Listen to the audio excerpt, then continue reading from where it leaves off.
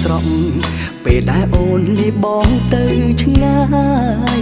បេះដូងបងសែនអាឡ័យអាណិតស្រីខ្លោចចិត្តមៀងមេព្រមតែជីវិតយ៉ាងក្រទើបយើងឃ្លាតគ្នាអូនលាទាំងទឹកនេត្រា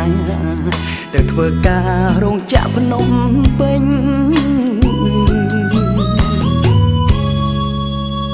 ប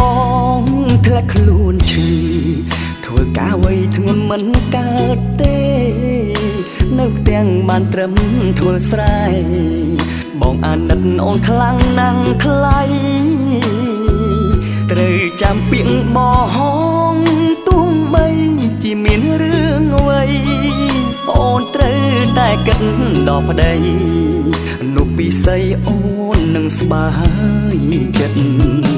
សូមសំណាងល្អអូនកុំបារម្ភពីបងអីថ្លៃត្រូវចាំពាក្យប្តីអូនកុំភ្លើតភ្លើននឹងភ្លើងពងណាត្រូវនឹកដល់កូននឹកបងនឹកទាំងនឹកស្រែយើងណាថែខ្លួនប្រយ័ត្នអាត្មាត្រូវចាំទុកណាប្តីចាំអូយប់មុនចូលដេកទីមករកបងផងបានទេកូនយើងនឹកអូនមាសមីវាចង់និយាយជាមួយអូនអូនកុំភ្លេចណាអ៊ូងសាតែមករកកូនទាំងបងទាំងកូននឹកអូនរងចាំអូនវិលមកផ្ទះវិញ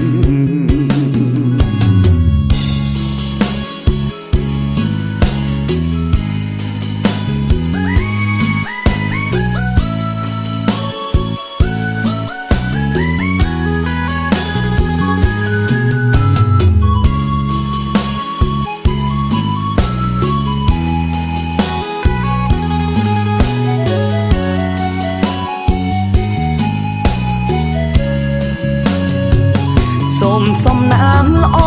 អូនកុំបារម្ភពីបងអីថ្លៃត្រូវចាំពាក្យប្តីអូនកុំភ្លើតភ្លើននឹងភ្លើងពងណាត្រូវនឹកដល់កូននឹកបងនឹកផ្ទាំងនឹកស្រែយើងណាថែខ្លួនប្រយ័ត្នអាត្មា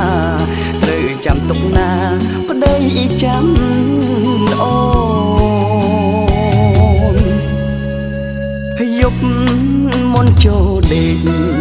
ទីមករកបងផងបានទេកូនយើងនឹកអូនមាសមីវាចង់និយាយជាមួយអូនអូនកុំភ្លេចណាអ៊ូងសាតែមករកកូនទាំងបងទាំងកូននឹកអូនរងចាំអូនវិលមកផ្ទះវិញ